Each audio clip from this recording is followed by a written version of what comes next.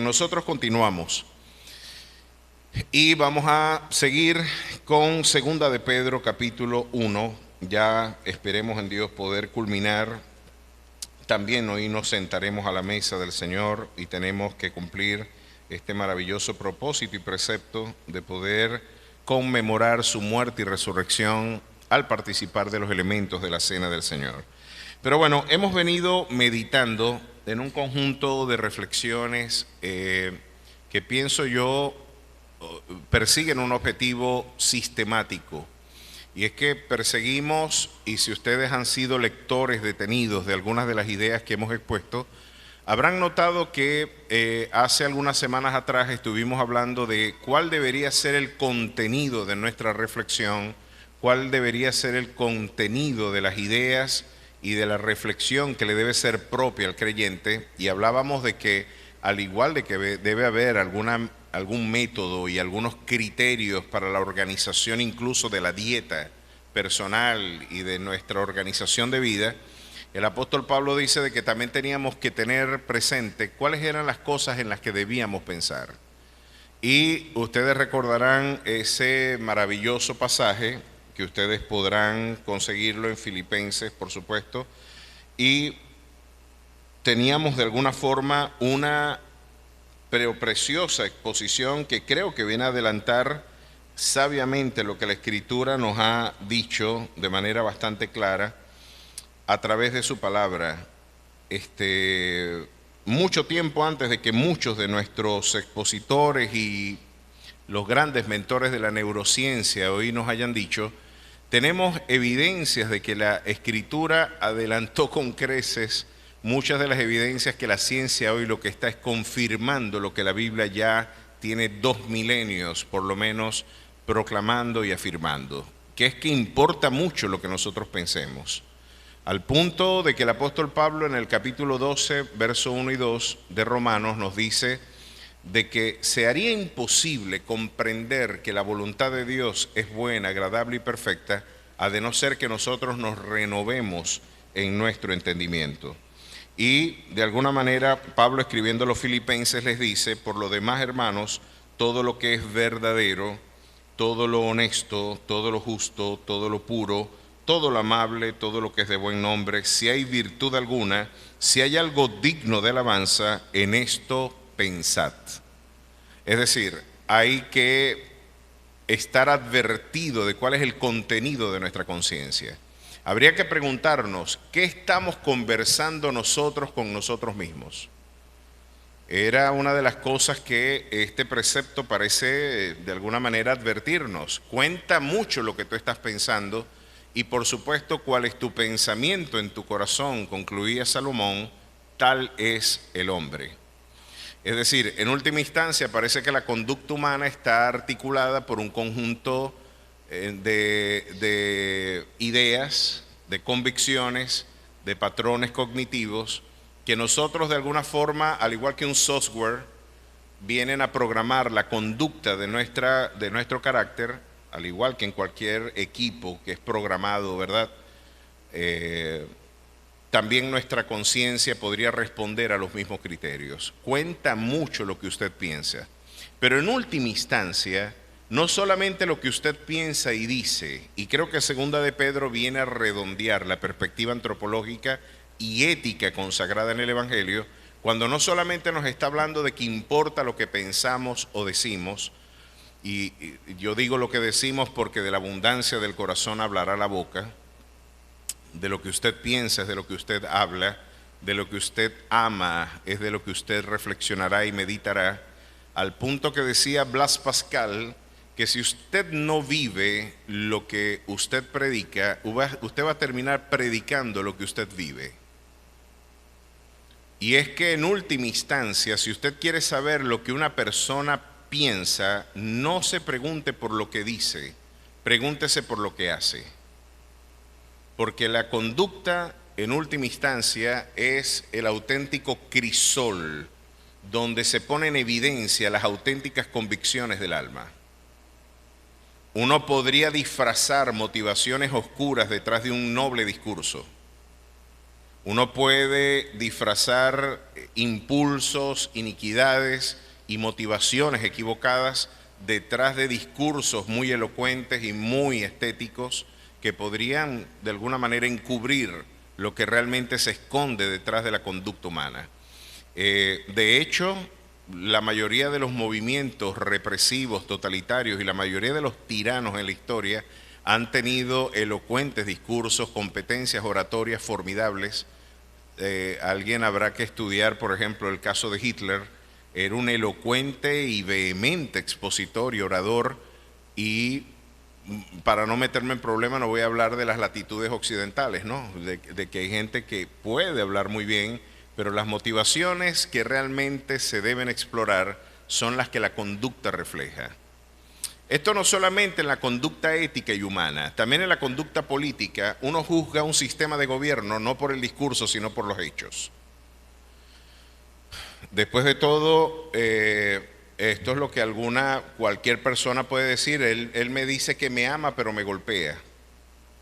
Él me dice que me ama, pero no provee. Él dice que me quiere, pero me ofende. Habría que ver si realmente cuál es su definición de amor, ¿no? Es un vínculo de dependencia, pero no creo que sea la definición bíblica del amor. Por lo tanto, como Blas Pascal bien lo dijo, tarde o temprano, si el hombre no vive lo que predica, va a terminar predicando lo que vive. Y por eso el inicuo consagrado en el Salmo 1, que se sentó en la silla de los escarnecedores, es el sujeto que después de transitar por el camino del pecador, por escuchar el consejo de los malos, después de meditar en sus ideas, después de atesorarlas, metabolizarlas, integrarlas a su conducta, este sujeto se sienta en la silla, que es una imagen muy hebrea para hablar del magisterio. De hecho, en el Evangelio, cuando usted observa que se dice que Jesús sentándose enseñaba, es porque los maestros judíos enseñaban sentados. Así que el que se sienta en la silla de los escarnecedores ahora viene a dar cátedra para la legitimación de la conducta inicua.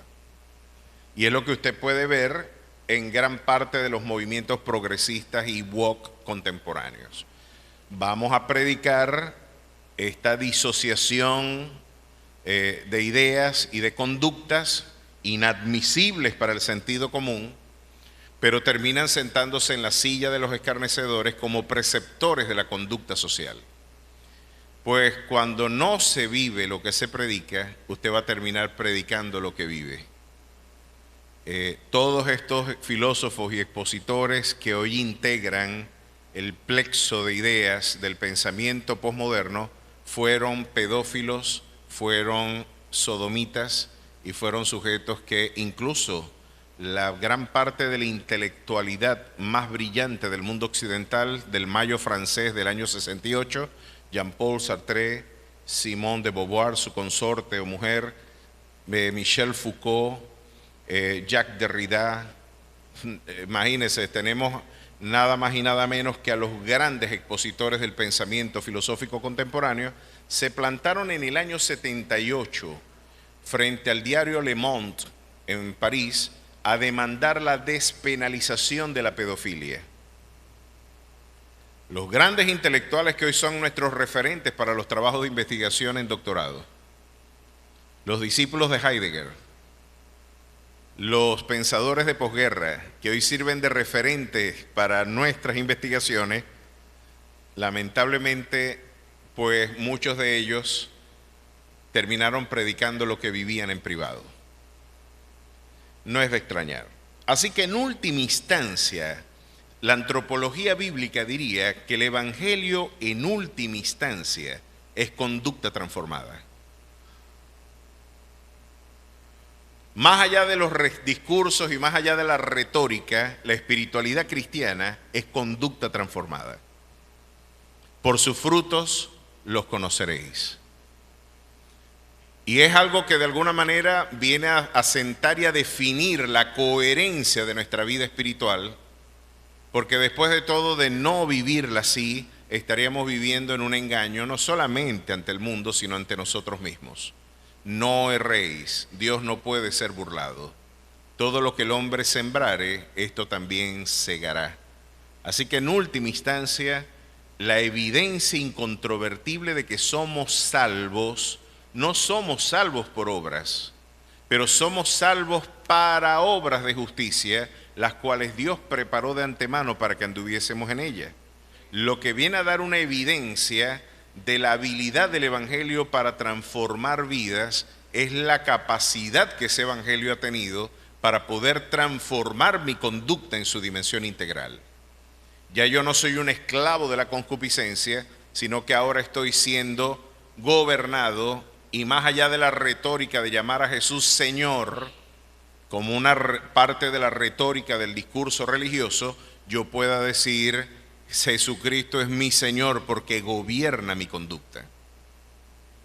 Este es el punto en el que Pedro nos está invitando a llevar nuestra fe, y es lo que hemos esforzado por estas últimas semanas.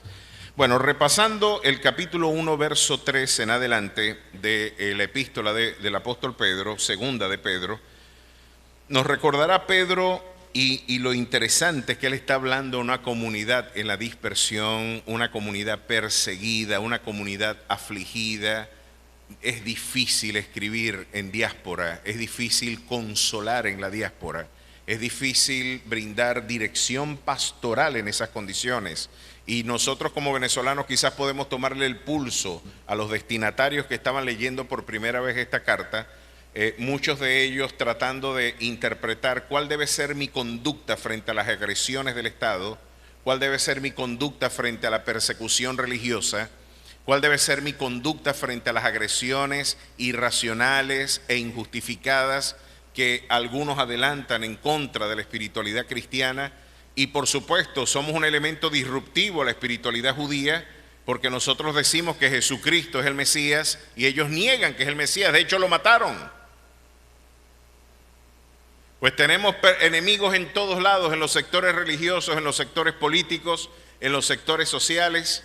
Pues una iglesia en dispersión, fuera de su tierra, fuera de su hogar, es la iglesia en diáspora la que recibe por primera vez esta carta. Ahora Pedro viene a decirles cuáles deben ser los énfasis de la labor pastoral y el énfasis de la labor espiritual de sus vidas. ¿En qué te tienes que concentrar? ¿Qué aspectos son relevantes en nuestra fe? ¿Y cómo debemos responder frente a los estímulos de un mundo que por supuesto está en abierta rebelión con el Dios al que proclamamos? Vamos a ver, verso 3. Como todas las cosas que pertenecen a la vida y a la piedad nos han sido dadas por su divino poder, todas las cosas, interesante, ¿no?, que pertenecen a la vida y a la piedad nos han sido dadas. Esto es interesante decirle a alguien que está en pobreza: todo te ha sido dado por medio de su divino poder. Porque a pesar de que hoy no lo palpamos, usted es heredero de una herencia inmarcesible y cosas que ojo no vio, ni oído oyó, ni han subido al corazón del hombre. Permítame otra posible traducción del griego al castellano: ni siquiera han podido imaginarse. Cosas que usted no puede ni siquiera imaginarse, Dios ha reservado para todos aquellos que le aman. A su nombre sea la gloria. ¿Puede usted ver lo que Pedro le está diciendo a la iglesia? Una vez más, aquel que se hundió en el mar de Galilea por observar las olas y los vientos, ahora como pastor, después de traer cicatrices en su peregrinar personal, biográfico y espiritual, este hombre que se hundió ante la ansiedad y la angustia de ver un entorno hostil, ahora le está enseñando a la iglesia a enfocarse en Jesús. No perdamos la mirada del Maestro, no perdamos, porque podemos distraernos, porque después de todo, gran parte de nuestro sufrimiento tiene un origen perceptivo. Gran parte de nuestras tragedias sufrimos más por lo que interpretamos que por lo que vivimos muchas veces. No quiero subestimar el dolor de nadie, pero muchas veces nuestras interpretaciones son muy distintas a las que quizás Dios nos invita a nosotros a interpretar. Esto lo decimos, y creo que alguien que puede, permítanme detenerme antes de continuar en este verso, en este punto, Porque esto me resulta por demás interesante que incluso personas que no comparten nuestra fe han llegado a estas mismas conclusiones. Entre ellos Viktor Frankl en su libro El hombre en busca de sentido. Viktor Frankl llega a una conclusión formidable. El problema no es el sufrimiento, el problema es el no tener sentido. El problema no es sufrir, el problema es que el sufrimiento no tenga propósito. Y creo que esta es una idea muy fecunda para nuestra fe. Es más, él la tomó de la fe. No es que es una invención de Viktor Frankl con su logoterapia, no. Este es un concepto estrictamente bíblico.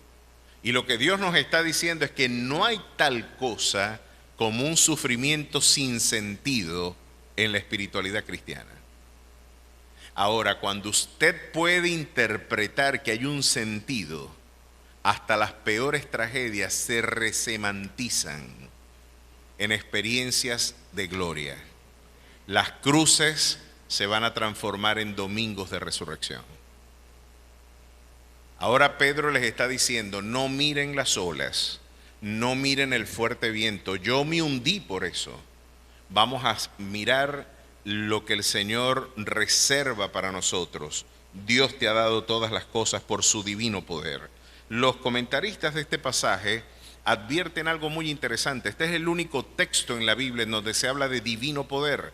Y es interesante ver que este es un concepto muy aristotélico, platónico y neoplatónico. Es decir, el mayor esplendor académico del mundo helénico empleaba estas construcciones retóricas. Algo que ha llevado a algunos a decir que estos textos no los pudo haber escrito Pedro.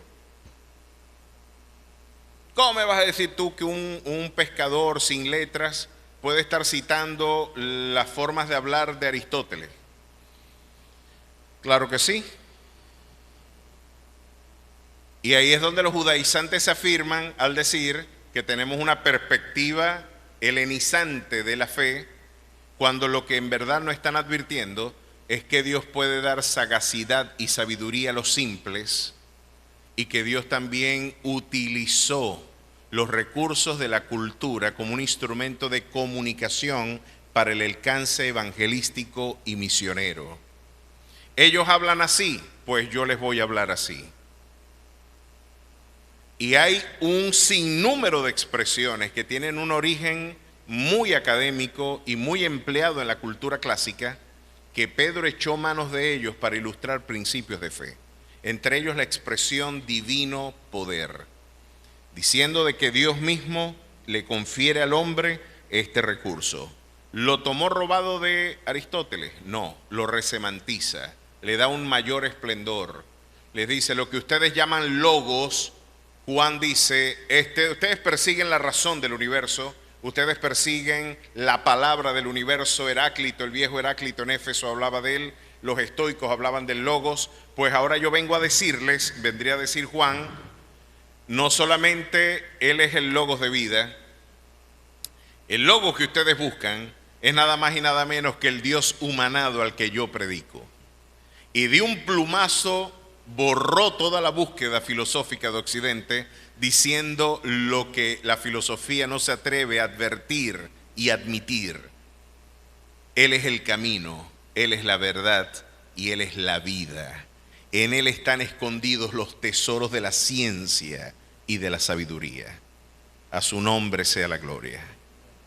Miren qué extraordinario diálogo con la cultura. Quiero detenerme también en esto para que los jóvenes vean cómo se evangeliza un mundo que no comparte nuestra fe.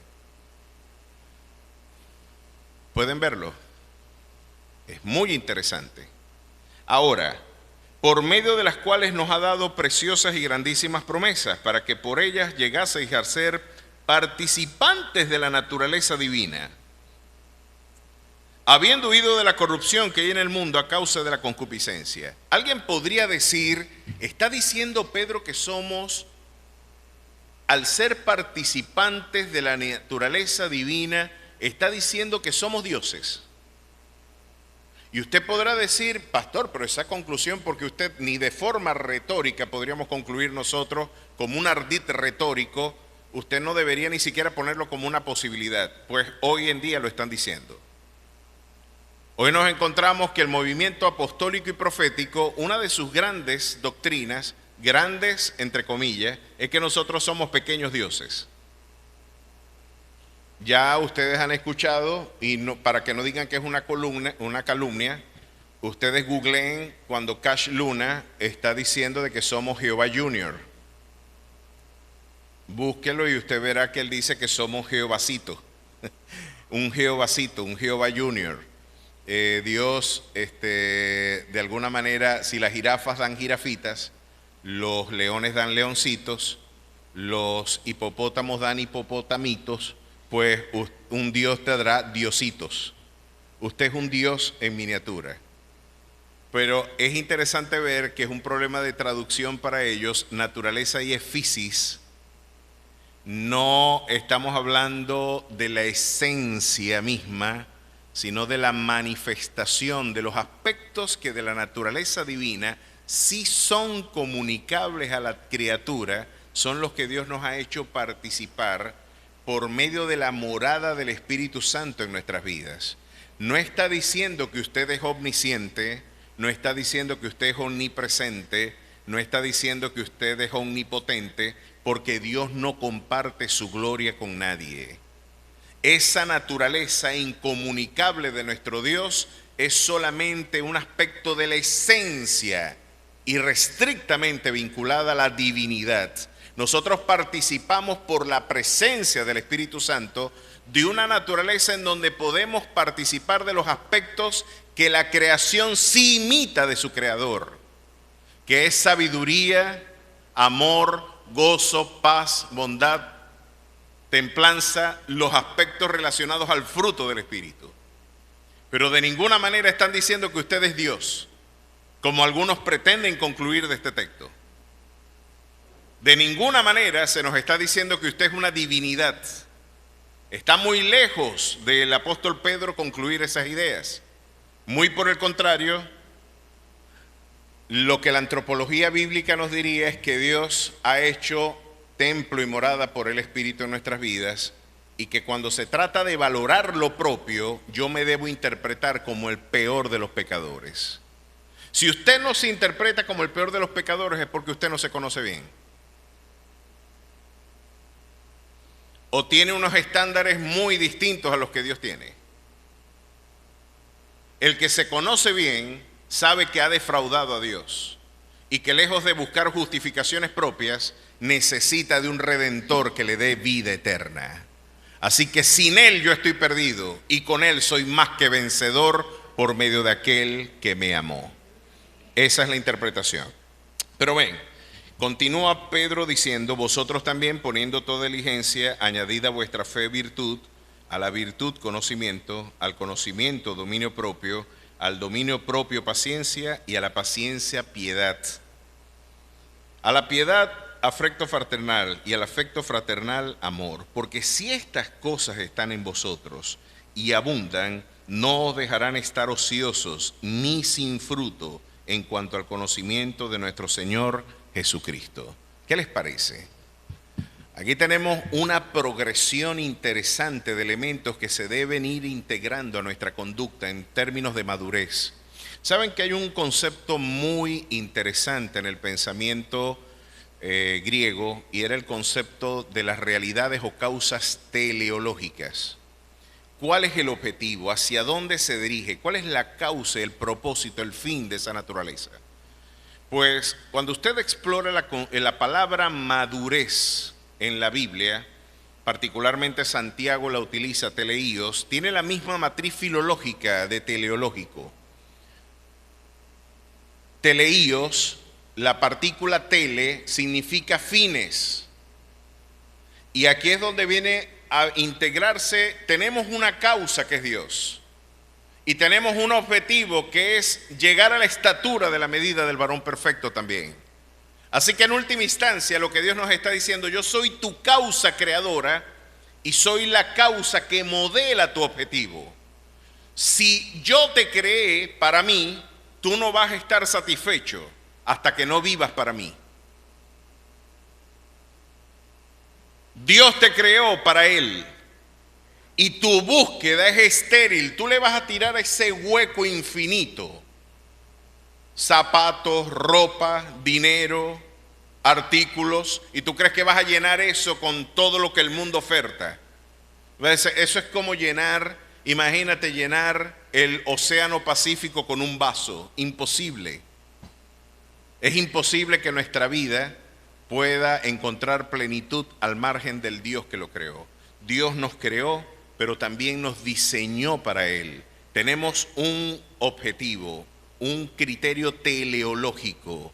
Hay una finalidad que cumplir. Y lo que nos está diciendo Pedro en última instancia es eso. Vamos a agregar a todo este objetivo de peregrinación, vamos agregando un conjunto de virtudes que van enriqueciendo nuestra experiencia espiritual. No nos detengamos. Este es un camino eterno. Es un peregrinar eterno hasta encontrarnos con nuestro Rey y Salvador, que seguramente las experiencias sublimes que nos esperan en la eternidad, pues empalidecen, nuestra imaginación empalidece ante lo abrumadora de las grandes bendiciones que deben esperar por nosotros. Pero fíjense, la semana pasada quedamos aquí. Al dominio propio, paciencia, y a la paciencia, piedad. Habíamos quedado en la piedad y habíamos visto el lugar que la paciencia tiene en la cartografía espiritual. ¿Qué lugar tiene el sufrimiento en la santificación? Porque esta expresión griega de resistencia ante la adversidad es lo que nosotros hemos traducido en lengua castellana como paciencia. La capacidad de resistir, capacidad de resistencia en medio de la adversidad. Lo interesante de esto, y mire lo formidable de este concepto para nuestras experiencias personales, es que cuando nosotros sufrimos, la pregunta número uno que tenemos es ¿por qué Dios lo permite? ¿No le ha preguntado usted lo mismo?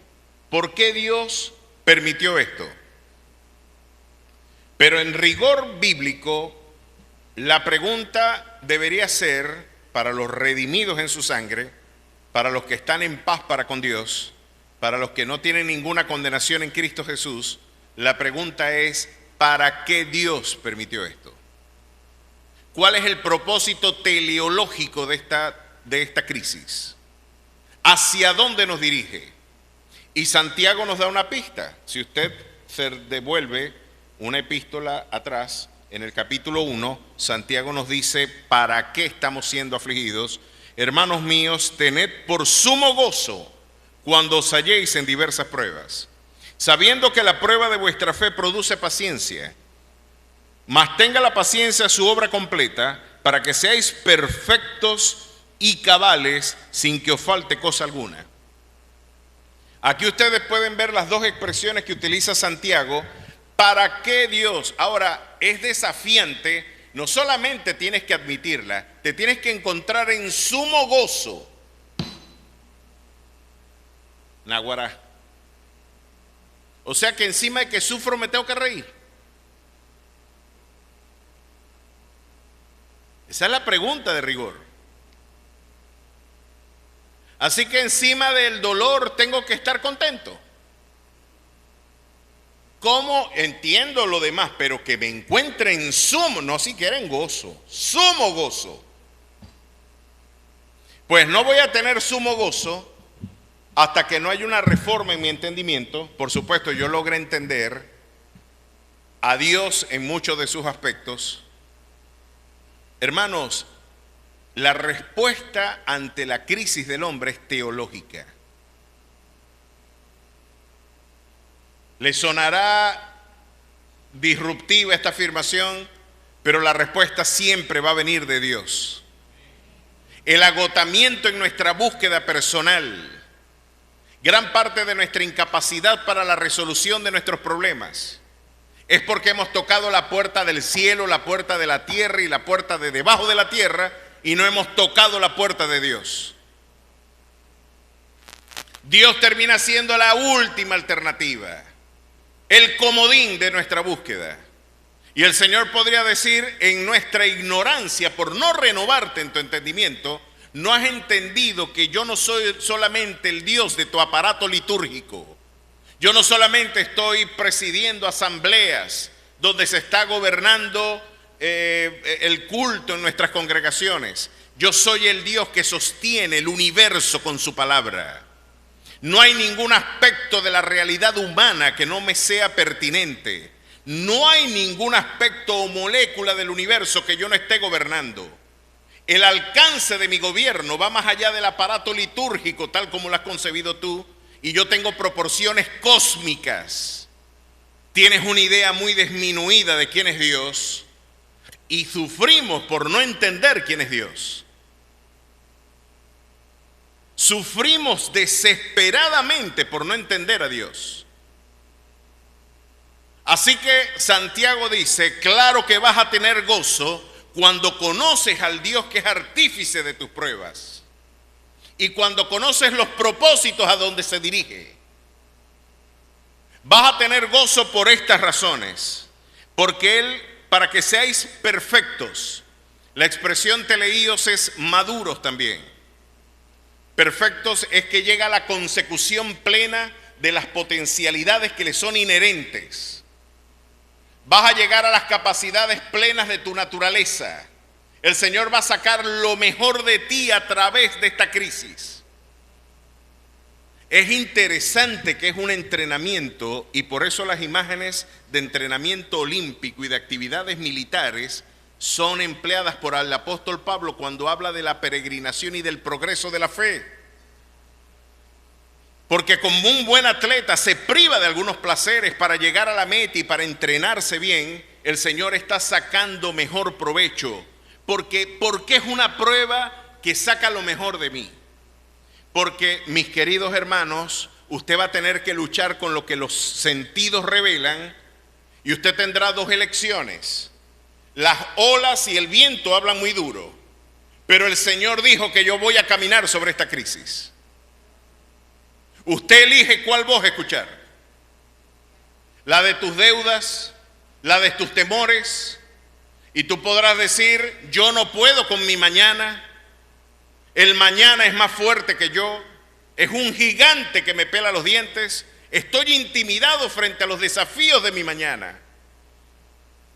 No tengo tal fuerza para afrontarlo, soy débil, no tengo recursos. Pues la paciencia ejercita esa perseverancia en medio de la adversidad.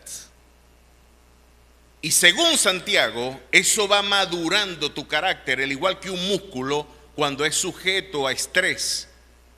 El estrés mismo rompe la fibra, genera mayor hipertrofia y genera mayor adaptabilidad frente al desafío. Ahora necesito más peso para moverlo, porque ahora mi tejido muscular creció. Espiritualmente la adversidad viene a ser el peso ante el cual nuestro espíritu brinda ahora resistencia por la virtud de su Santo Espíritu. Hay hipertrofia espiritual. Naguará, salió la metáfora. Es interesante observar, y Santiago dice, eso debería despertar gozo en ti. Debería despertar gozo saber que vas a crecer, que vas a tener un carácter parecido al Cristo al que predicas. Se te van a despabilar un conjunto de ideas y de estupideces que escuchaste, que llegaste a la iglesia para hacerte rico. O no, usted, porque el problema principal del mundo es que es pobre. Y si usted está enfermo, está en pobreza, es porque el reino no ha llegado a su vida. Pues cuando a esa gente que predica esas cosas, las aflicciones le demuestran, como en el momento del COVID, donde los curanderos que decían que sanaban a la gente, ni siquiera era Dios quien los sanaba, ellos se atribuían la virtud de sanar. Claro que Dios sana, claro que Dios tiene poder para levantar aún de entre los muertos a quien Él le plazca, pero el soberano es Dios, no el curandero. El soberano y el artífice de la virtud es el Rey de reyes y Señor de señores. Y cuando se empieza a clamar por sanidad y el enfermo se muere, es una bofetada a la soberbia religiosa. Dios no recibe órdenes de ellos.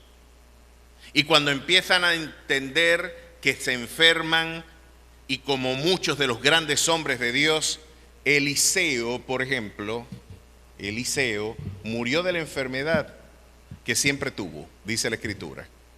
Padeció de una enfermedad que lo terminó matando. Pero había tal virtud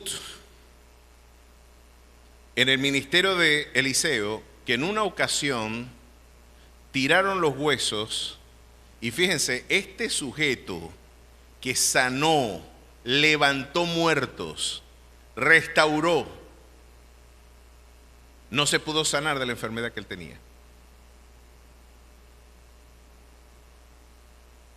La debilidad perfecciona el poder de Dios en nuestras vidas. Porque quizás el peor enemigo a vencer en nuestra carrera espiritual es la soberbia y la autosuficiencia.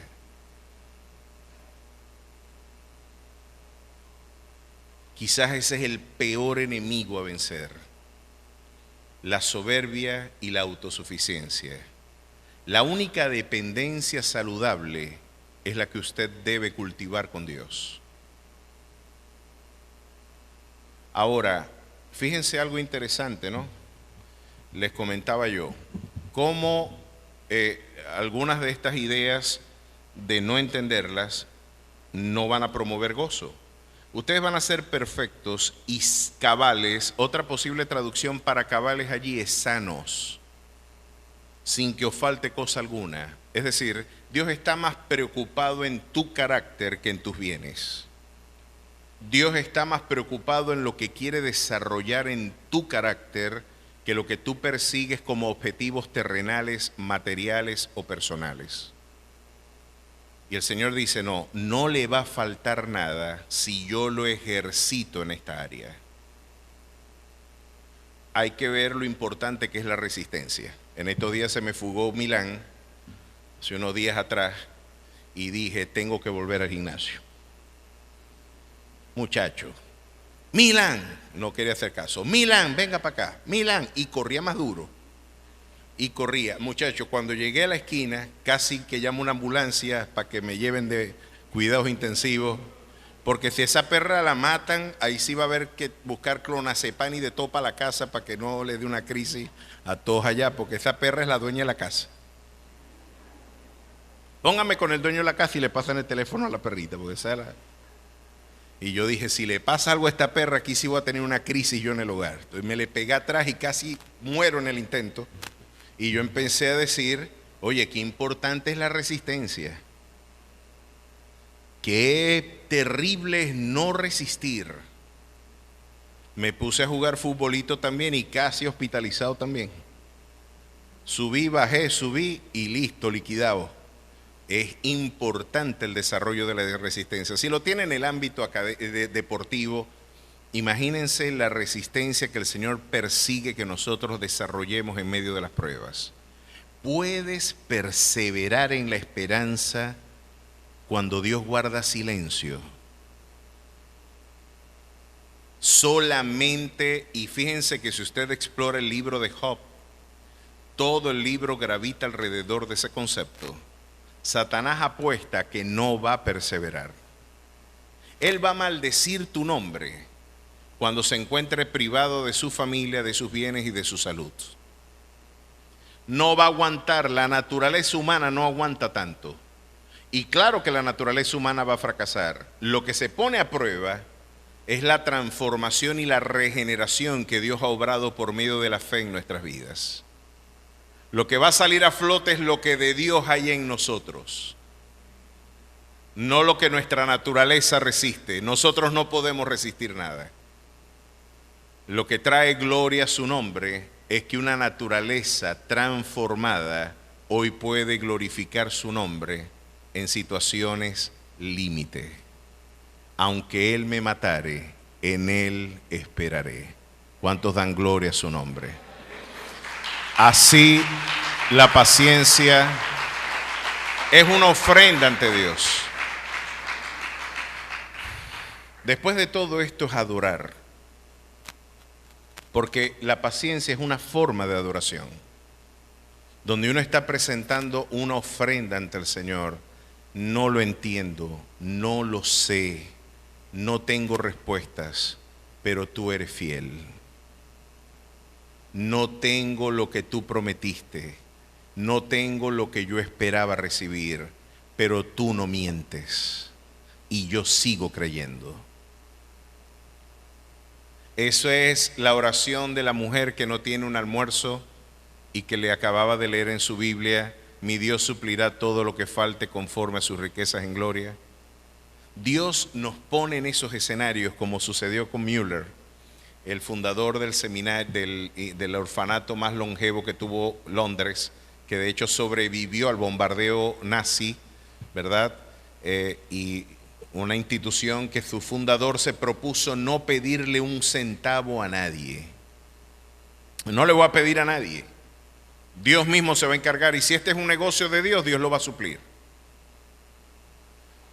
Y en un momento no tenía nada que darle a los niños, y los puso a todos en las mesas y les dijo: vamos a orar por la comida, darle gracias a Dios.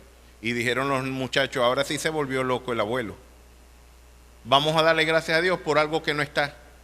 Usted cierre los ojos, que Dios prometió.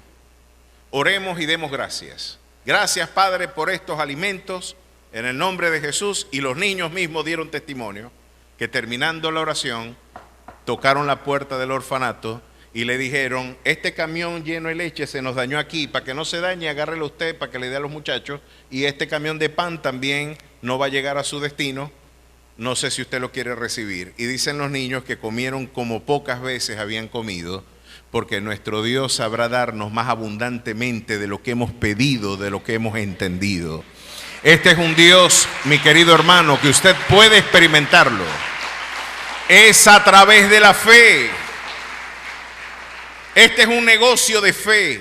Aquí hay que entenderlo así. Creer en esperanza contra esperanza. Aquí es donde se ejercita. La esperanza que yo veo no es esperanza. La esperanza que se ve, ¿a qué he de esperarlo? Es en el contexto de la esterilidad de Sara, de la vejez de Sara y de la menopausia de Sara. Tres agravantes, ¿eh? Es menopáusica, es vieja y es estéril. Joven era estéril, cuánto más menopáusica y cuánto más anciana. Y ni hablar de Abraham, que en la escritura dicen que tenía el cuerpo como medio muerto. Esa es la expresión que usó Pablo para hablar de él. Estaba ya casi como muerto. Es una expresión dura, pues hay un avivamiento cuando el Señor, sin duda alguna, promete, Él va a cumplir. Y el Dios que invita es el Dios que paga. Él puede decir: no, tú no vas a recibir una hija de Agar, un hijo de Agar, tú lo vas a recibir de Sara. Mi poder se va a perfeccionar en tu debilidad. Y a pesar de que tú te encuentras privado del vigor de tu juventud, de que tu mujer es estéril, es menopáusica y es anciana, yo les voy a dar un muchacho en su ancianidad. Y Abraham le creyó a Dios. Usted puede afirmar la palabra de Dios en un contexto que lo niega.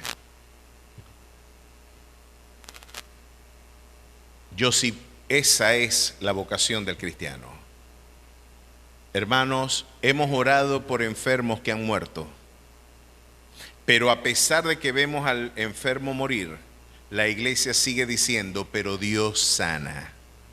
Por algún motivo de su amor, Dios no lo sanó a él, pero en algún momento, cuando su providencia lo disponga, cuando su sabiduría así lo entienda, nosotros vamos a adorar y vamos a ver cómo Dios levanta y sana y restaura a los enfermos, y cómo Dios puede seguir sanando en el día de hoy. Eso queda ya a discreción de su soberanía. Pero a pesar de que morimos y a pesar de que hay respuestas a veces negativas a nuestros clamores, el Señor sana.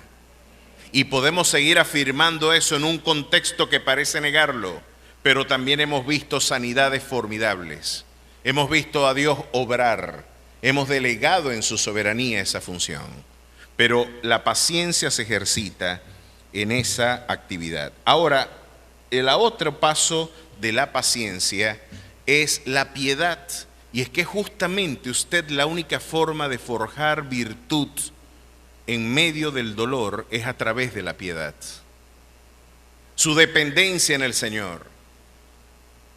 El ejercicio de cultivar una vida devocional profunda. Una vida de entrega, de consagración, de búsqueda espiritual. Hermano, para el que sufre, y por eso Pedro parece que esta es la instancia, el hombre que va a desarrollar paciencia solamente triunfará en el contexto de su dependencia ante el Señor.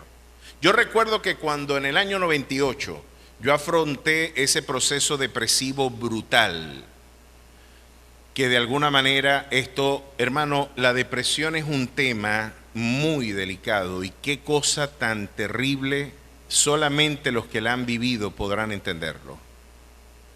Es una experiencia que te abruma y que supera con creces tus fuerzas.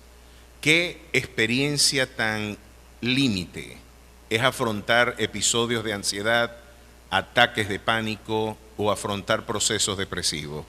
Tengo que decirle que ninguno de nosotros está eximido de vivirlos. Los grandes hombres de Dios los vivieron. Moisés le pidió la muerte a Dios en un momento, producto del agotamiento ministerial. Elías le pidió la muerte a Dios. Jeremías hasta maldijo el día de su nacimiento. Maldito el día en que nací. Maldito el hombre que le dijo a mi padre, hijo varón te ha nacido, haciéndose alegrar así mucho. Yo me pregunto, Amundo, ¿y qué culpa tenía ese pobre viejo de estar mal parado ahí y decir la noticia? Pero Jeremías lo maldijo también. Y dijo, ¿y para qué voy a querer vivir?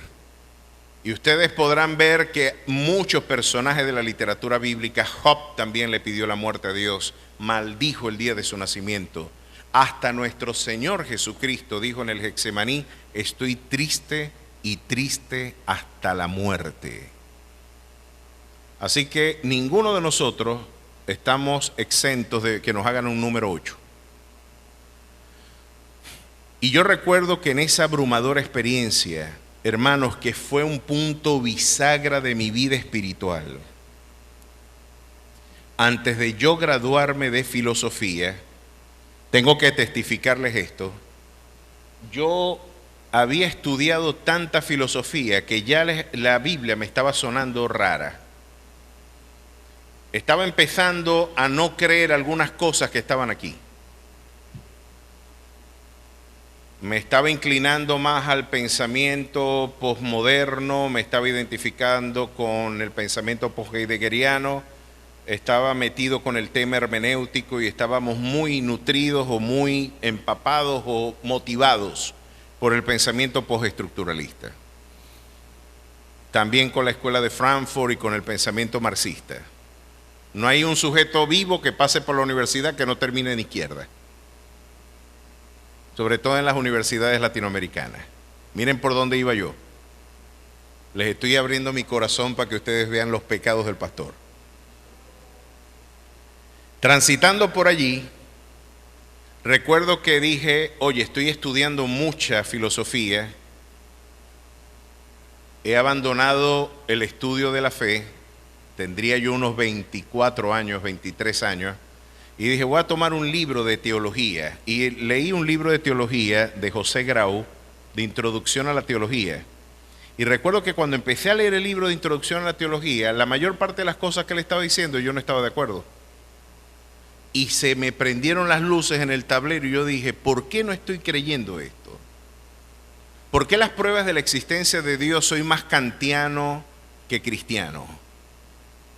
¿Por qué me estoy sumando al esfuerzo de negación que adelantaron, en este caso el racionalismo alemán, y las pruebas de la existencia de Dios les resultaban estériles para cualquier esfuerzo de presentar la racionalidad de mi fe. De alguna manera ya estaba en el otro lado del fideísmo, que es una forma casi a un paso de abandonar mi fe. Y justamente en ese momento empezó el proceso depresivo. Y era algo tan terrible lo que yo estaba viviendo, mis queridos hermanos. No tengo manera de traducirles el malestar que yo viví. Se prolongó por 2 años el proceso depresivo.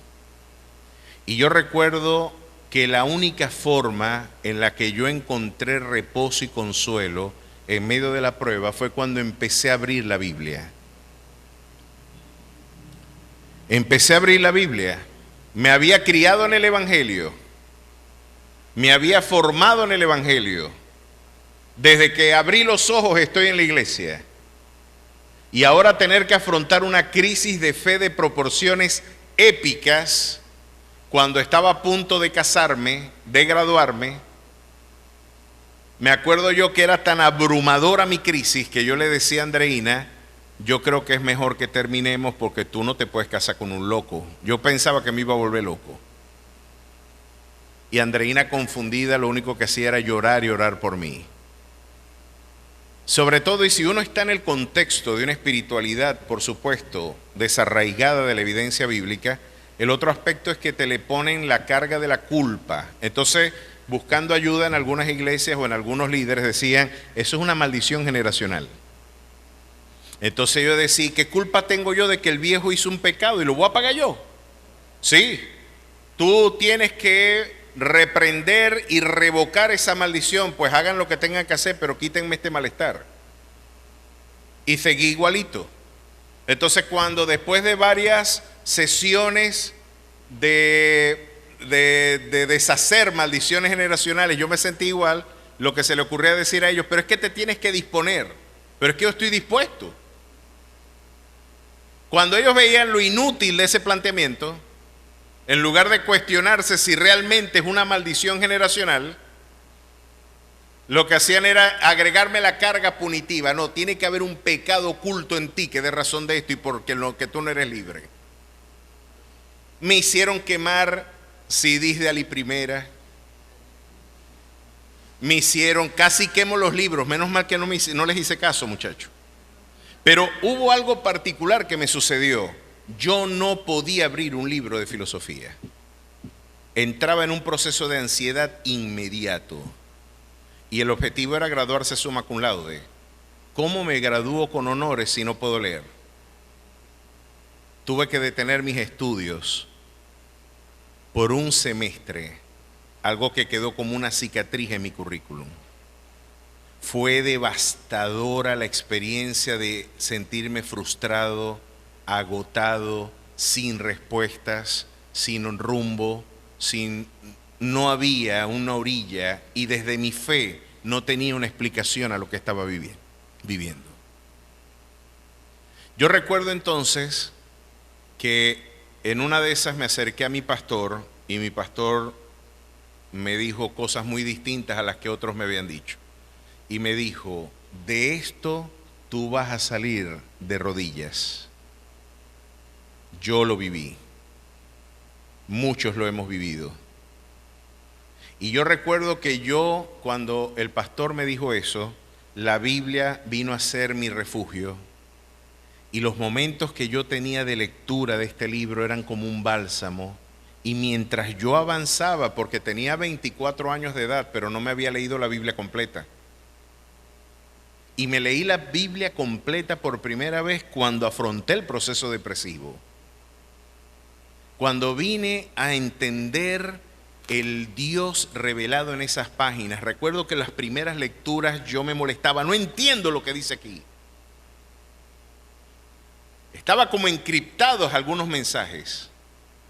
No entiendo lo que dice, pero continúa adelante, sigue leyendo. Y continuaba, y a pesar de la frustración inicial, se fue bajando los niveles de ansiedad y la palabra del Señor vino a ser lo que ella dice que es: lámpara a nuestros pies y lumbrera mi camino. Vino a ser un bálsamo en medio de la oscuridad y del dolor. Vino entonces terapéuticamente el Señor a decir: nunca te dejaré, siempre te sustentaré con la diestra de mi justicia.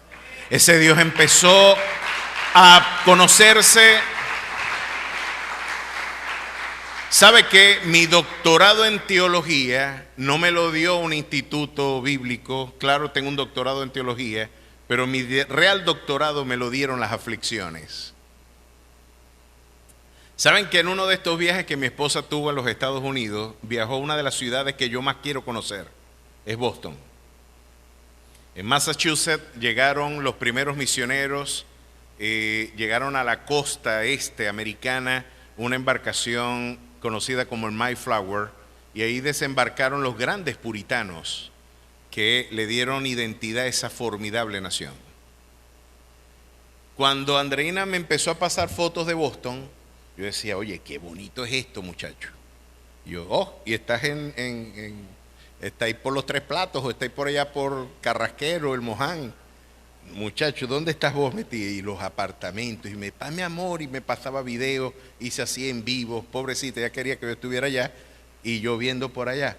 ¿Puedo yo decir que conozco a Boston porque estuve en una foto con Andreina en un selfie?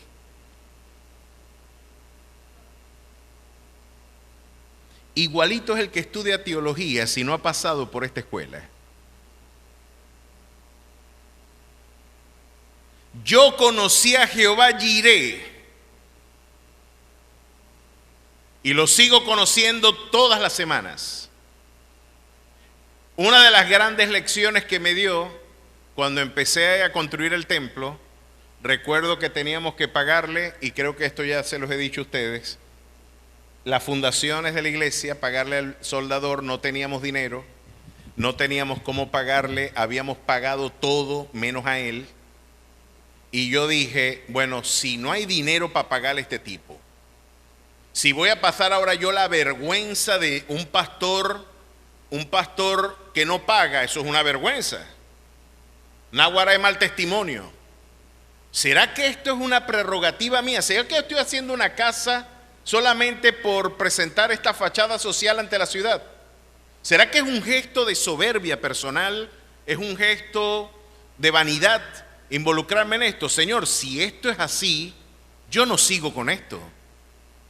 Esto es un cansancio innecesario. ¿Por qué tengo yo que exponerme al agravio de quedar mal con un tipo dando mal testimonio? No debo seguir entonces este trabajo porque es una presunción personal. Si esto no es tuyo, aquí lo voy a entender. Hermana Lourdes, ¿usted tiene ahí algo? No, ya se lo di todo, hijo, ya todo lo pusimos para pagar el cemento. Andreina, vos no tenés. A Mundo, ya yo lo di todo. Edwin, tampoco. Bueno, me voy por fe y aquí vamos a saber si esto es de Dios, chicos. Ya. Nos paramos ahí donde estaba la cámara, había un cerro de granzón allí, y nos paramos y oramos todos, y me fui para la universidad, para el Banco de Venezuela, que queda en la calle Comercio. Saqué mi tarjetica al Banco de Venezuela, ya yo había renunciado a la universidad varios meses atrás, ya yo no tenía salario allí, y yo dije: si esto es de Dios voy a entender, porque no puedo creer que vaya yo a quedar mal. Yo tenía 9 bolívares en la cuenta y se debían el equivalente a $400. Y cuando yo metí la tarjeta para consultar saldo, estaban los 9 bolivitas con los 400 dolitas que yo necesitaba para pagar la mano de obra, exactamente el monto que teníamos que pagar. Yo caí de rodillas llorando ahí delante de todo el mundo, saqué el dinero. El hombre estaba terminando de quemar el último electrodo, y cuando él terminó de quemar el electrodo, yo le entregué el dinero que tenía que pagar. Yo así conocí a Jehová Jireh, el Jehová que provee, el que suple lo que falta conforme a sus riquezas en gloria. Recuerdo en una ocasión que no teníamos, se nos acabó el desodorante. Estábamos a punto de la indigencia, recién llegados como pastores. Fuimos para la iglesia y me dice Andreina: acabamos de usar el último chorrito de crema dental, se acabaron el champú, Se acabó y yo dije, bonito que vamos a quedar. Menos mal que este fue el último y con esto fuimos para la iglesia. En una de esas se acerca un humilde hermano muy querido y se me aparece con una bolsa gigantesca, con cepillos dental, con crema dental, se me apareció con champú, jabón de baño. Pues yo no compré como por 6 meses. Y me dijo, hermano, yo no sé, pero el Señor no sé si es ofensivo hacer esto, porque cuando uno le regala un desodorante le están diciendo varias cosas. Le están diciendo varias cosas. Yo no sé si es ofensivo, pero el Señor puso esta carga en mi corazón y cuando se la espenqué de la mano y le dije, hermano, ¿cómo te vas a sentir ofendido? Esto es exactamente lo que le estábamos pidiendo al Señor, porque es en el valle donde la muerte te hace sombra, donde tú puedes ver la sombra del omnipotente de tu lado. Es en ese lugar donde tú te ejercitas y donde Dios te dice, yo soy el Dios que te suple, yo soy el Dios que te sana, yo soy el Dios que te levanta. Y mi pastor me dijo, vas a vencer de rodillas la depresión. Hermanos, y yo me dormía por agotamiento de rodillas. Me quedaba dormido y me conseguía de rodillas, de repente de madrugada tratando, y solamente encontraba paz mientras estaba en oración. Hermanos, y tengo que recordar que en un momento, les estoy hablando desde la experiencia, no desde la teorización o desde la sistematización de las ideas. Estoy hablando y hago esta digresión de manera muy responsable porque yo sé que puedo dejar algunas impresiones inapropiadas. Y lo digo desde la experiencia. La experiencia no es nuestra norma de fe. El gran problema de la iglesia de hoy es que en lugar de dejar la palabra de Dios como norma de fe, hemos puesto a nuestra experiencia. Le hemos dado mayor valor a la experiencia que al relato bíblico, que al precepto bíblico. Sin embargo, voy a hablar desde la experiencia. Yo recuerdo que en una de esas noches terribles, el pastor me dijo, reprende. Y cuando yo empecé a invocar y a reprender, yo encontré un momento de solaz maravilloso en medio de esa prueba.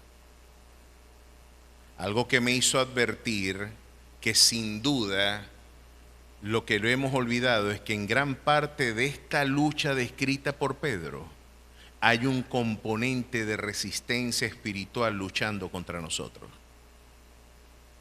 Sí lo hay. Y creo que ahora sí estoy hablando no desde la experiencia, sino también desde la evidencia bíblica. El mismo Pedro, miren cómo lo dice en Primera de Pedro. Miren por qué la piedad se ejercita como... Miren, orar no es una alternativa para el que sufre. Es el único camino. Confiar en Dios no es una alternativa más. Es el único camino del creyente. No vas a tener más remedio que hincarte ante su presencia, invocar su nombre, clamar y desear el auxilio divino como la única respuesta ante tu crisis. Ahora miren cómo el apóstol Pedro viene a completar la información. Vale la pena verlo en sus propios labios. En Primera de Pedro, Pedro hablando a esa comunidad en diáspora, les viene a decir cosas como esta. Capítulo 4, verso 12. Amados, no os sorprendáis del fuego de prueba que os ha sobrevenido, como si alguna cosa extraña os aconteciese. Sino gozaos. Insiste en el mismo concepto de Santiago, de tener el sumo gozo. Miren cómo nuestra interpretación después de todo el sufrimiento tiene un componente perceptivo muy importante. Aquí viene a darnos la información que se supone viene a despabilar nuestros temores. Gozaos porque por cuanto sois participantes de los padecimientos de Cristo, para que gocéis con gran alegría. Si sois vituperiados por el nombre de Cristo, sois bienaventurados, porque el glorioso Espíritu de Dios reposa sobre vosotros. Ciertamente de parte de ellos es blasfemado, pero por vosotros es glorificado. Así que ninguno de vosotros padezca como homicida o ladrón o malhechor o por entremeterse en lo ajeno. Miren lo interesante de esto. Verso 7 del capítulo 5, 5:7 de Primera de Pedro. Echando toda vuestra ansiedad sobre Él, porque Él tiene cuidado de vosotros. Sed sobrios y velad, porque vuestro adversario el diablo, como león rugiente, anda alrededor buscando a quien devorar, al cual resistid firmes en la fe, sabiendo que los mismos padecimientos se van cumpliendo en vuestros hermanos en todo el mundo. Aquí nos están dando datos reveladores. Esa paciencia en la que necesitamos ser ejercitados para desarrollar resistencia espiritual. Hay un componente de resistencia espiritual también del reino de las tinieblas, donde desde la culpa se nos pretende manipular, porque es el acusador de nuestros hermanos, que los acusa de día y de noche, dice el libro de Apocalipsis, y que Pedro insiste, tienen que resistir firmes en la fe. Resistid al diablo y él huirá de vosotros. Es interesante ver cuál es el otro planteamiento de resistencia que nos oferta. Acompáñenme un momentico a Apocalipsis capítulo 12. En el capítulo 12, verso 11 dice, desde el 10, entonces oí una gran voz en el cielo que decía, ahora ha venido la salvación, el poder y el reino de nuestro Dios y la autoridad de su Cristo, porque ha sido lanzado fuera el acusador de nuestros hermanos, el que los acusaba delante de nuestro Dios día y noche. ¿Puede usted imaginar que el autor, el enemigo de nuestras almas, nos acusa de día y de noche? Ahora miren cómo se vence, y ellos le han vencido por medio de la sangre del Cordero y de la palabra del testimonio de ellos, y menospreciaron sus vidas hasta la muerte. Ahí viene la respuesta de cómo se vence al reino de las tinieblas. Y recuerdo yo que literalmente, mis queridos hermanos, yo podía sentir el fuego opresivo que por largas madrugadas yo tuve como una batalla auténtica en el mundo de espiritual. Esto sucedió unos 7 años antes de yo llegar a la pastoral en esta iglesia. Fue el entrenamiento que Dios usó para prepararme al llamado. Fue la manera en la que enfocó mi perspectiva y me dijo, te estás equivocando de rumbo. Yo no te di la formación académica para que vengas a antagonizar a tu fe. La filosofía es muy buena sierva, pero es muy mala señora. Todo lo que tú pudiste adquirir en la academia es para ponerlos a los pies del Calvario, no para contradecir la fe. Y después de todo, si tus ideas y tus convicciones académicas están en contra de la fe, es tiempo de revisar si tienes las convicciones académicas adecuadas. La verdad siempre estará plasmada en este libro, y yo no evalúo este libro a la luz del pensamiento filosófico. Yo evalúo el pensamiento filosófico, el pensamiento humano, cualquier forma de esfuerzo académico humano a través de este documento. Y este es el libro que es el auténtico crisol de nuestra fe. Evalúe la vida desde este libro. Dios no se equivocó, nosotros sí. Es un acto de soberbia pensar que Dios necesita ser corregido o evaluado por planteamientos terrenales. Este libro ha demostrado ser el auténtico crisol de nuestra esperanza. Y en ese contexto, mi querido hermano, recuerdo yo que de rodillas salí de esa crisis. ¿Cómo? Hay un conjunto de palabras que Pedro utilizó en Primera de Pedro, capítulo 5.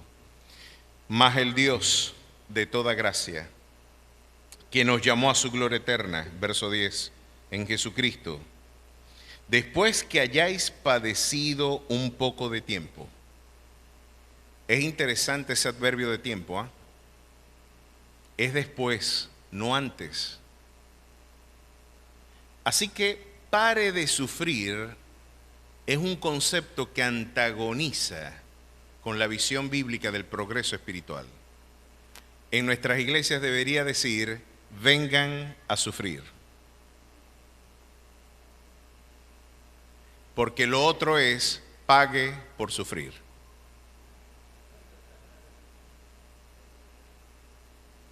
En verdad, este camino está lleno de aflicciones, pero de todas ellas nos va a librar Jehová. Ahora, ese carácter,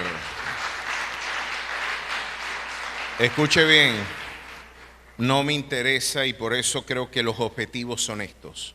¿Qué persigue el Señor con esto? ¿Esto es estoicismo o cristianismo? ¿Voy a llamar el sufrimiento por el sufrimiento mismo? No. Es porque hay una realidad teleológica, hay un propósito, un designio. Hay un omega, hay un alfa, pero también hay un omega dentro de este panorama de eventos. ¿Qué persigue el Señor? Mas el Dios de toda gracia que nos llamó a su gloria eterna en Jesucristo, después que hayáis padecido un poco de tiempo, Él mismo os perfeccione, afirme, fortalezca y establezca. A Él sea la gloria y el imperio por los siglos de los siglos. Amén. Miren qué interesante, a pesar de que en nuestras traducciones castellanas hay 4 expresiones, en el original griego hay 3, que son catartizo y esterizo, y que de alguna manera están empleadas de forma indistinta en ellas. Miren lo que traduce catartizo cuando dice de perfeccione, completar totalmente, restaurar o ajustar. Las cosas que Dios está haciendo detrás de nuestras pruebas y que en la piedad uno entiende. En la oración, en la búsqueda, en la dependencia, en el reposo que encuentras en su presencia. Cuando el premio no es salir de la prueba, sino que el premio es Dios. ¿A quién tengo yo en los cielos sino a ti? Y fuera de ti, yo nada quiero en la tierra. Ese es el fin último de nuestra búsqueda y de nuestra piedad. No hacer ostentación innecesaria de falsas piedades. O de decirle al mundo, yo oro 8 horas y ayuno 8 días de la semana. Eso no se dice. Y les decía yo la semana pasada, usted no le va diciendo a la gente, ve, utilicé un Christian Dior, un perfume. Ese perfume habla por sí solo. Y la actitud del creyente es que lo que hace tu mano derecha no lo debe saber la izquierda. Y si tú oras, lo haces en recámaras secretas, sin ostentaciones innecesarias de piedad, porque ¿a quién vas a engañar? ¿A quién tú quieres engañar? No es por tu virtud ni por tu piedad que tú estás en pie. Es por la gracia y la misericordia de Dios que estamos en pie.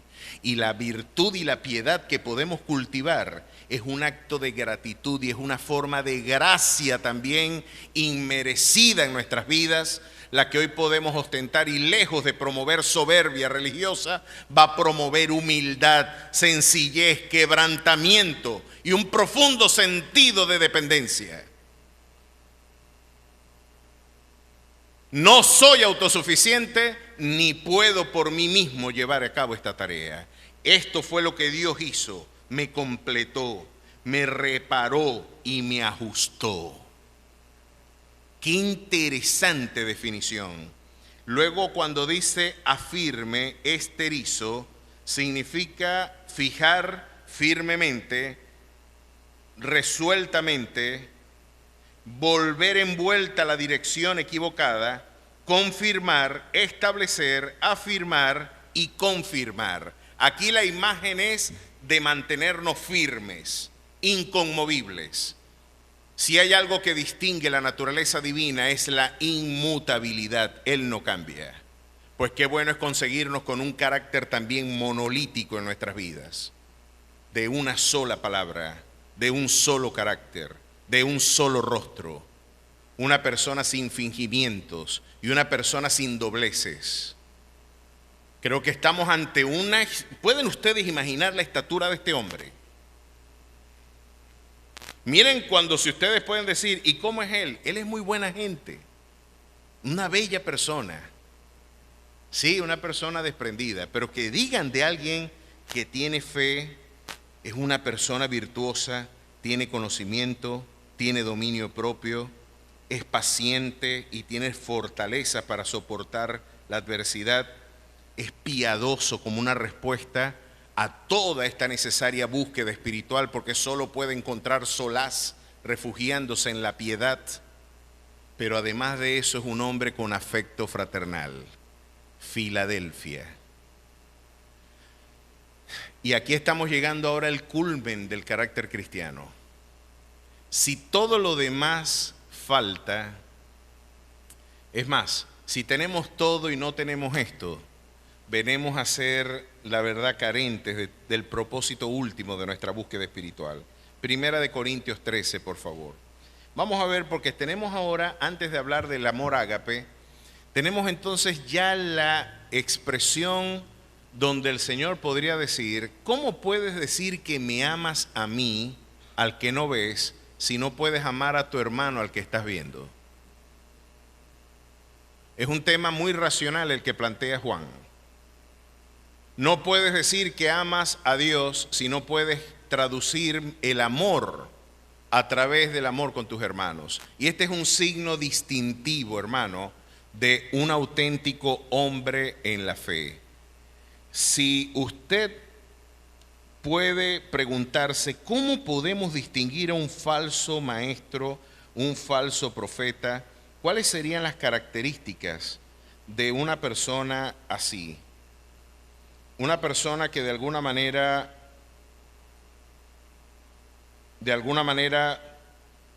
está disociado de la verdad.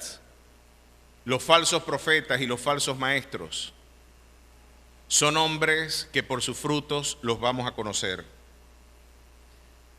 Capítulo 6 de Lucas 44, 6:44 del Evangelio de Lucas: porque cada árbol se conoce por su fruto, pues no se cosechan higos de los espigos, ni de las zarzas se vendimian uvas. El hombre bueno del buen tesoro de su corazón saca lo bueno, y el hombre malo del mal tesoro de su corazón saca lo malo, porque de la abundancia del corazón habla la boca. Y aquí tenemos, esta es una expresión bastante clara de que nosotros no podemos esperar peras de los olmos. Un cristiano verdadero va a traducir su vida espiritual en carácter afectivo y fraterno. Va a ser una persona que va a amar a su hermano y va a priorizar al hermano incluso por encima de sus intereses. Usted sabe la cantidad de problemas que pudiéramos resolver si en lugar de estar compitiendo entre nosotros, veláramos por el interés de nuestros hermanos. Una de las grandes enfermedades que las iglesias padecen es por los celos que puede despertar el esplendor ministerial de otro hermano en la iglesia.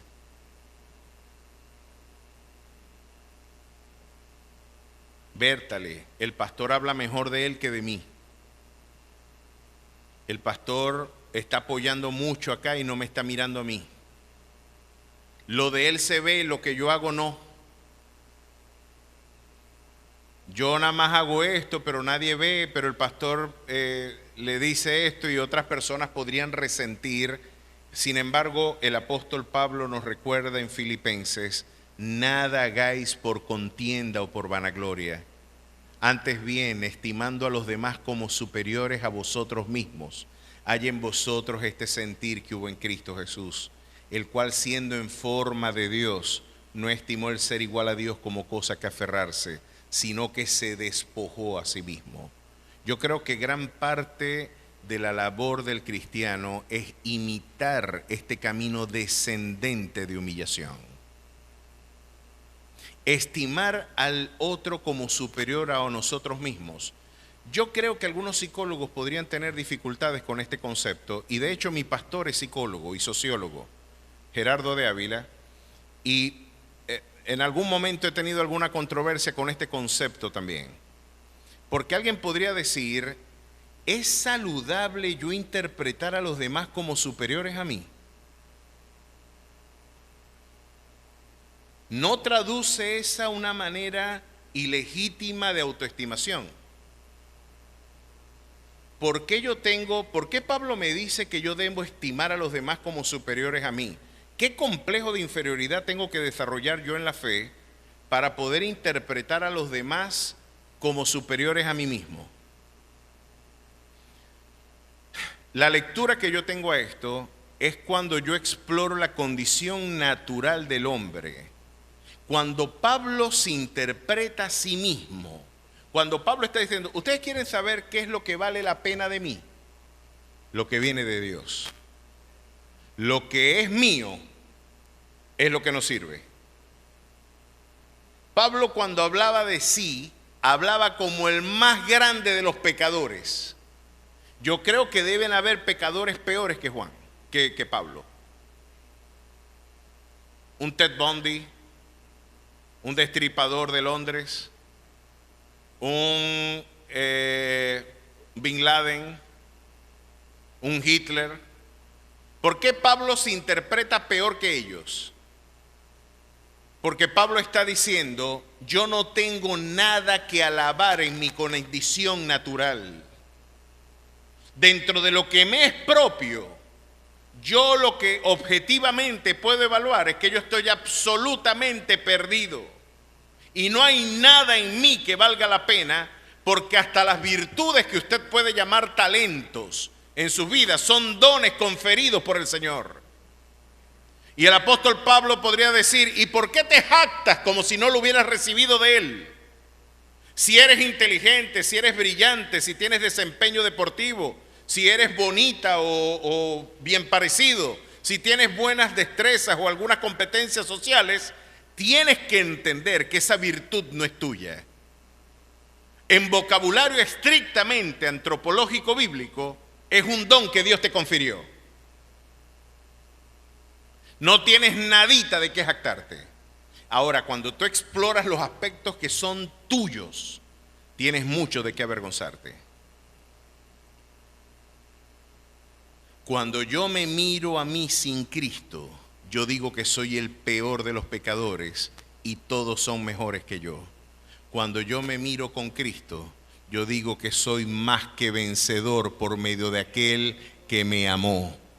Y ahora yo puedo decir, con Cristo es que yo estoy completo. Cuando quiero llevarme algún crédito yo, digo que no lo tengo. Cuando quiero atribuir las virtudes, talentos y el esplendor de mi vida espiritual, tengo que quitarme la corona y arrojarlos a los pies del Cordero, porque el auténtico artífice de nuestras victorias, de nuestros triunfos y de nuestra gloria postrera es la virtud que Él obró en la cruz del Calvario y que Él triunfó, venció para conferirme una justicia que no me es propia.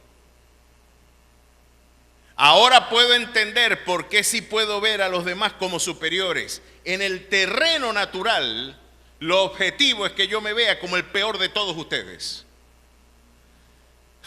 Pero cuando quiero, y alguien puede decir, pero hay algunas virtudes en su carácter que no puede negar, pastor, o virtudes que usted ve en sus hermanos que no los puede negar. Sí, pero no son nuestras. Se las debemos a Él. Y a Él sea toda la gloria, a Él sea todo el poder, a Él sea todo el honor, a Él sea la magnificencia por los siglos de los siglos. Por lo tanto, usted estruja su ego, pero luego que Dios, cuando Dios quiere usarte, te desbarata para hacerte de nuevo.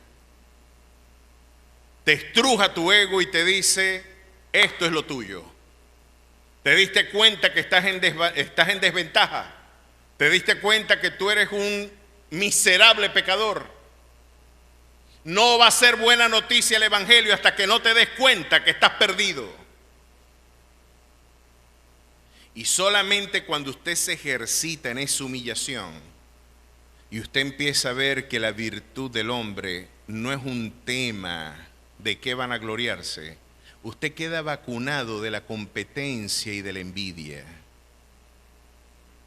¿Por qué envidias? Alaba a Dios. Dale la gloria al Señor. La virtud que ves en el otro es un don divino.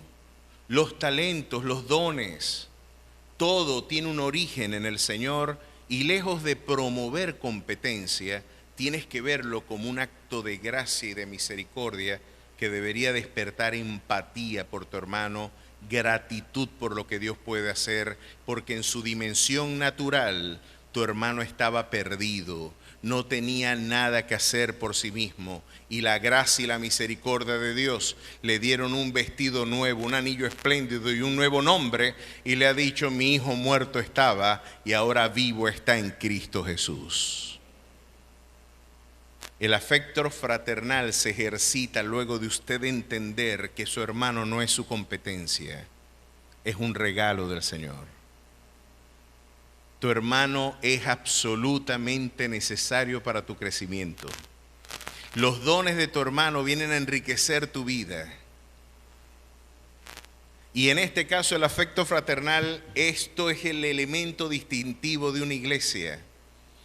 Nosotros tenemos que amar al desvalido, al que viene maltrecho, lejos de encontrarnos con la nariz levantada en alto y ver hediondito al que llegó visitándonos, o empezar a ver mal al homosexual o a la prostituta que nos visite, pues debería encontrar aceite en nuestras manos en vez de piedras en nuestras manos. Deberían haber aceites para brindar restauración a las heridas del maltrecho, el que necesita desesperadamente el concurso redentor del Señor, pues ojalá lo encuentre en el afecto fraternal de la iglesia como una respuesta del obrar del Espíritu en nuestras vidas. Deberíamos ser una comunidad terapéutica, un lugar donde los hermanos puedan exponer sus lágrimas, donde los hermanos encuentren consuelo y no censura. Claro que vamos a tener la capacidad de exhortar al hermano que esté en pecado. No malinterprete esta orientación o precepto. No se trata de mirar a otro lado. Si usted está en adulterio, la mejor manera de nosotros amarles es decirle: no sigas adulterando.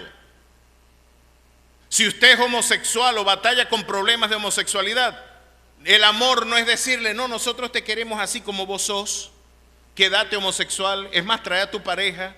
No, eso no es amor.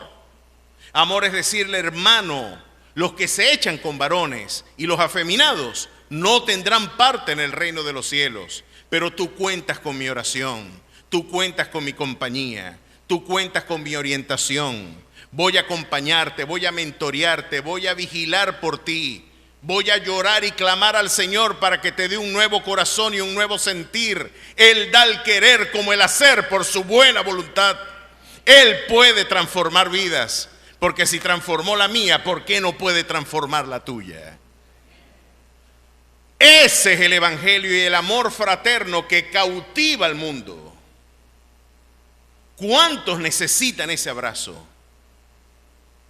Mis queridos hermanos, yo cada vez que me acerco acá y les digo: abrace a su hermano y dígale lo importante que es su hermano, es porque quizás el único abrazo que su vecino va a recibir en la semana es el que usted le dio cuando lo saludó en la iglesia. Es más, nosotros no practicamos en todo el rigor ese afecto fraternal, porque Pablo decía: saludaos los unos a los otros con ósculo santo, un beso santo. Tengo que decir que estoy equivocado por mis prejuicios machistas. Alguien decía: vamos a besarnos los hombres, vacié. Uno genera una resistencia, ¿no? Ya va, compadre, no se equivoque. No, pero entonces fíjense, el Señor dice: ¿pero qué? ¿Estás cuestionando tu masculinidad? En algunas culturas, como en Italia y los países de origen semítico, se saludan los hombres con un beso en el cachete, ¿no? Y por eso quizás Pablo está sugiriendo que haya fraternidad entre ustedes, que ustedes se quieran, que ustedes se preocupen por su hermano. No puede ser auténtica una fe que vea a un hermano padecer porque no tiene que comer y ustedes miren para otro lado.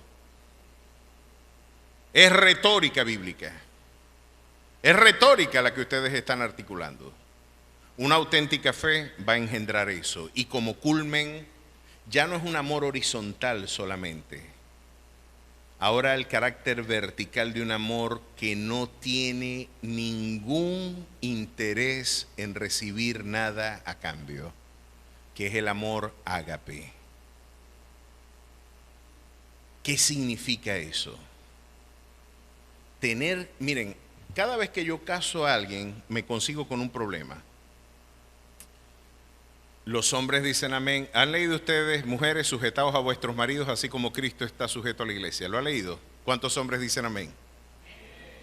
Más fuerte, con mayor vigor y convicción. Amén. Amén. Macho que se respeta. Usted sabe cómo es. ¿Cómo nos gusta? Y claro que sí. El tema de que debemos ser las mujeres sujetas a nosotros. Pero tengo una noticia que darle a los caballeros. La orden nuestra es más difícil que la de ella. Porque debemos amar como Cristo amó a la iglesia, compadre. Yo llevo toda mi vida tratando de entender eso. Porque el amor que me están invitando a experimentar es un amor que no tiene ni tira una sonda y no hay forma de cuantificar su profundidad, su altura, su anchura y su longitud. Es incuantificable, es abrumador. Y quizás la construcción que mejor lo traduce, como diría Martin Luther King, es el corazón de las Escrituras, es Juan 3:16. Porque de tal manera, ese de tal manera no hay manera de cuantificarlo. Ese de tal manera amó Dios al mundo. No hay manera de cuantificarlo. Imagínese usted que alguien le diga, el joven que yo conocí en una ocasión, se enamoró de una muchacha muy bonita. Había gente fea, horrible, y después venía él. Feo. Pero estaba enamorado y después de mucho esfuerzo logró enamorar a la mujer de sus sueños.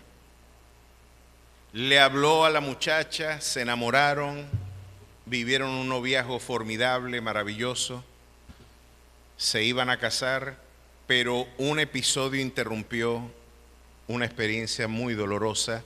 La muchacha tenía una cardiopatía congénita y necesitaba un trasplante de corazón porque estaba al borde de la muerte, y de no recibir un trasplante de corazón, la muchacha iba a morir.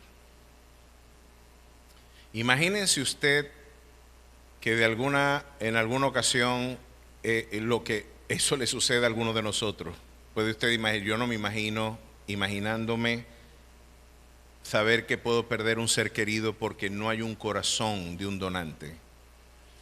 Lo cierto es que el muchacho lloró, ayunaron, oraron, hicieron todo lo que tenían que hacer para clamar al Señor por sanidad, pero por algún motivo de su amor Dios no permitió la sanidad en la joven.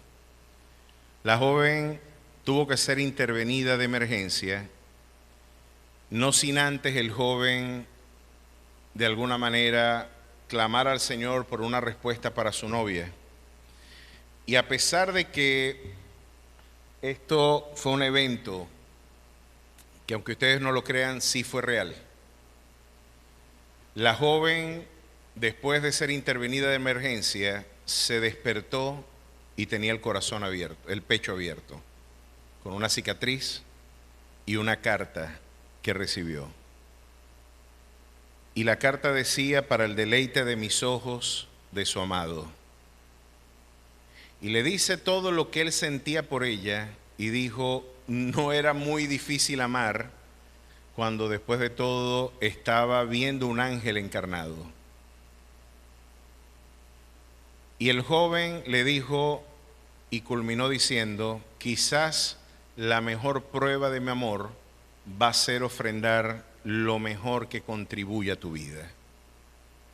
Y la carta la escribió el joven, la plasmó diciendo que te amo, pero más allá de palabras que traducen, quizás uno de los gestos más egoístas de la condición del hombre es el amor romántico. Porque el amor romántico seduce para encontrar placer y respuesta. El amor romántico, si no es correspondido, no promueve gozo. El amor ágape no espera nada a cambio. Lo cierto es que la muchacha, cuando lee la carta y dice, el corazón que ahora late en tu pecho es mi corazón porque después de todo ese corazón se niega a latir si tú no estás junto a mí. Ese corazón que esa muchacha tenía en el pecho fue el corazón que el donante, que era su novio, le dio para que ella viviese.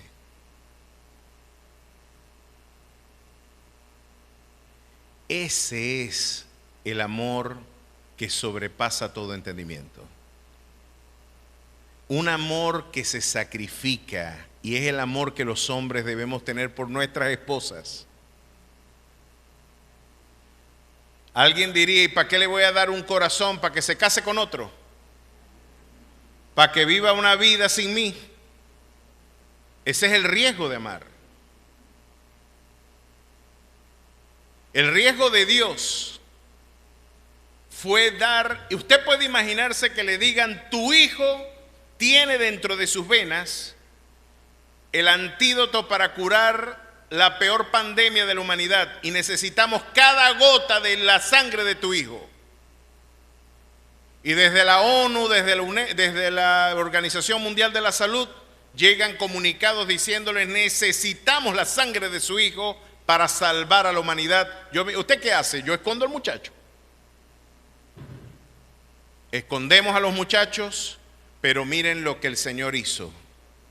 Mas Dios muestra su amor para con nosotros, en que aun siendo pecadores, Cristo murió por nosotros. Y alguien podría decir, ¿y para qué dio Jesús su sangre? Para que otros se entreguen a los bacanales y para que otros entren en una vida de desenfrenos, en subestimación por el sacrificio que tú hiciste con tu hijo.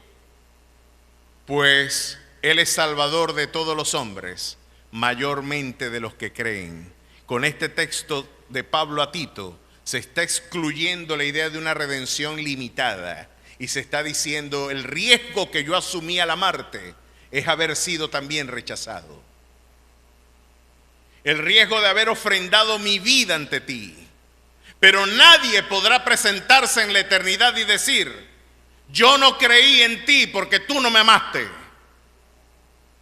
Porque en la eternidad y hoy también tenemos que peregrinar mirando a la cruz diciendo, ¿cómo yo sé que Dios me ama? ¿Cómo yo puedo entender que el Señor me está sosteniendo y me está amando? Pues yo no pienso en el amor de Dios como un sentimiento, un efluvio emocional. Yo miro a la cruz cuando quiero mirar y entender si Él me ama. Yo miro al hecho incontrovertible, inconmovible de la muerte en el Calvario como la evidencia más clara de un amor desinteresado y desprendido. ¿Qué necesidad tenías tú de morir por mí? Porque es como si Dios estuviera diciendo, ¿sabes qué? Yo prefiero morir contigo a seguir siendo sin ti. Me niego a vivir la eternidad sin ustedes. Prefiero morir, padecer, que vivir sin ti. Así nos amó Dios. Por eso no me mueve mi Dios para quererte, el cielo que me tienes prometido, ni el infierno tan temido para por ello dejar de ofenderte. Tú me mueves, Jesús. Muéveme el ver tu cuerpo en una cruz ensangrentado y malherido. Muéveme en fin tus afrentas y tu muerte. Muéveme tú y solo tú en tal manera que aunque no hubiera cielo yo te amara y aunque no hubiera infierno te temiera. No me tienes que dar para que yo te quiera, porque aunque lo que espero no esperara, lo mismo que te quiero, te quisiera. ¿Cuántos quieren amar a Jesús así?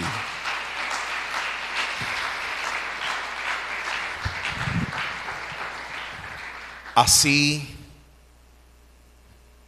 es lo que Dios espera que nosotros también hagamos.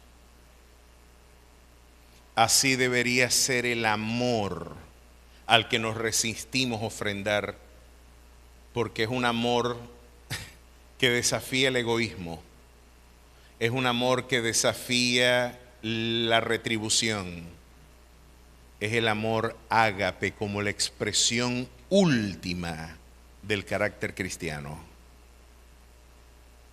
Si usted puede amar así,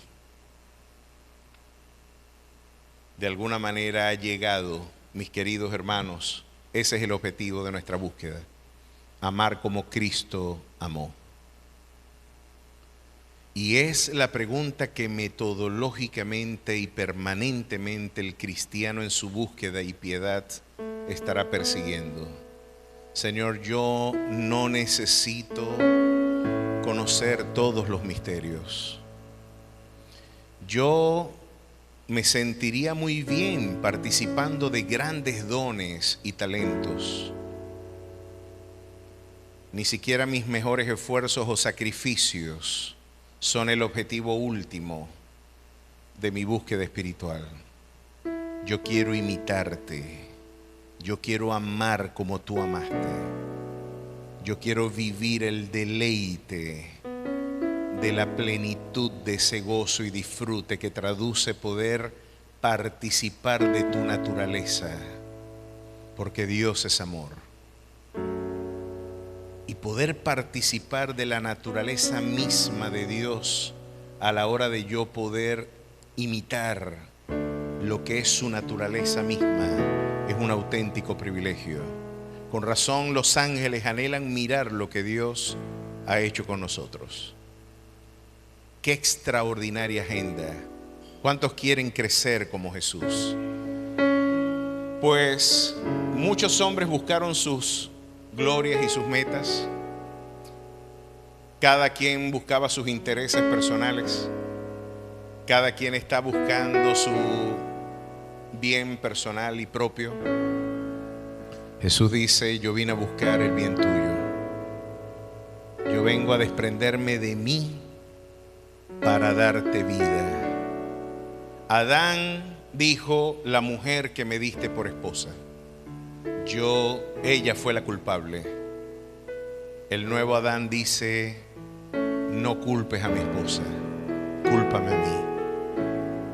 Que la culpa caiga sobre mí, pero que mi esposa esté bien.